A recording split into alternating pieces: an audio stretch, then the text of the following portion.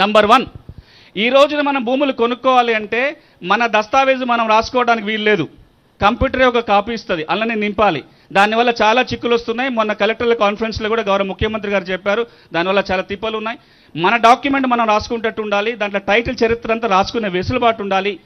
ఈ చట్టం మన దస్తావేజుని మనమే రాసుకునే హక్కు కల్పిస్తుంది. మన దస్తావేజు రాసుకొని తహసీల్ ఆఫీస్కి పోవచ్చు, అదే రిజిస్ట్రేషన్ అవుతుంది.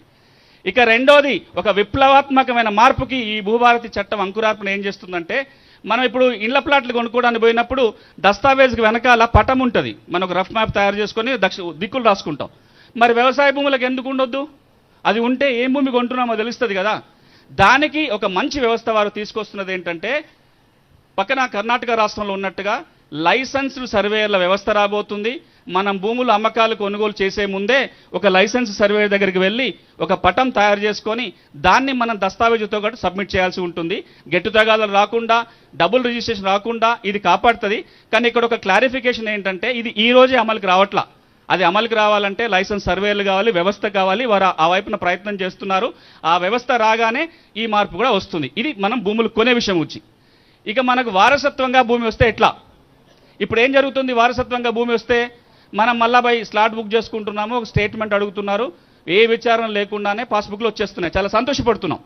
కానీ ఇంట్లో 4 ఉన్నారు, పట్టదారు చచ్చిపోయిండు, 2 వారసులు ఊళ్ళో ఉన్నారు, ఒక ఆయన పట్నంలో హైదరాబాద్లో ఉన్నాడు, ఒక ఆయన దుబాయ్లో ఉన్నాడు. ఇక్కడున్న ఇద్దరే పోయి జాయింట్ స్టేట్మెంట్ రాసుకొని మేమే వారసులమని దరఖాస్తు పెట్టుకుంటే కూడా విచారణ చేసే అధికారం తహసీల్దార్కు లేదు. కాబట్టి వాళ్ళిద్దరు కూడా పట్టాలు అయిపోతాయి. తర్వాత ఎప్పుడో తెలుస్తుంది. ఈ వారసత్వంగా వచ్చిన భూముల పట్టాల విషయంలో తగాదాలు వస్తున్నాయి. కాబట్టి ఈ చట్టం ఏమంటుందంటే, తప్పనిసరిగా తహసీల్దారు విచారణ చేసిన తర్వాతనే పట్టా మార్పిడి జరగాలి. మరి సార్, రెవెన్యూ మంత్రి గారు రైతులకు బెనిఫిట్గా చట్టం అంటాడు, మళ్ళీ తహసీల్దార్ గారు 6 నెలలు కార్యాలయం చుట్టూ తిప్పించుకుంటే ఎట్లా అని డౌట్ రావచ్చు.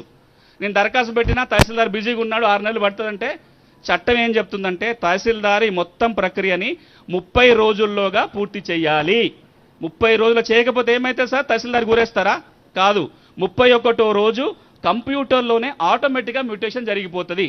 అంటే తహసీల్దార్ విచారణ చేయకపోతే 31 రోజు పట్ట మారిపోతుంది.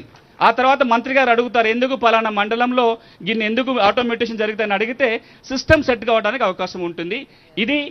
ఇది మన వారసత్వ భూములకు సంబంధించి. ఇక చివరిగా మూడోది, ఒకవేళ ఇతర రకంగా మనకు పాస్బుక్లు వచ్చినాయి, పట్టాలు వచ్చినాయి, నాకు 30/80 తెచ్చుకున్న పీటీ కింద, ఇనాం భూములకు వారసీ వచ్చింది, లేదా లావణి పట్టా తెచ్చుకున్నా, లేదా లావణి భూముల్ని పేదోడు కొనుక్కుంటే రెగ్యులర్ చేసే అధికారం జిల్లా కలెక్టర్కు ఉంది, ఆర్డర్ వచ్చింది.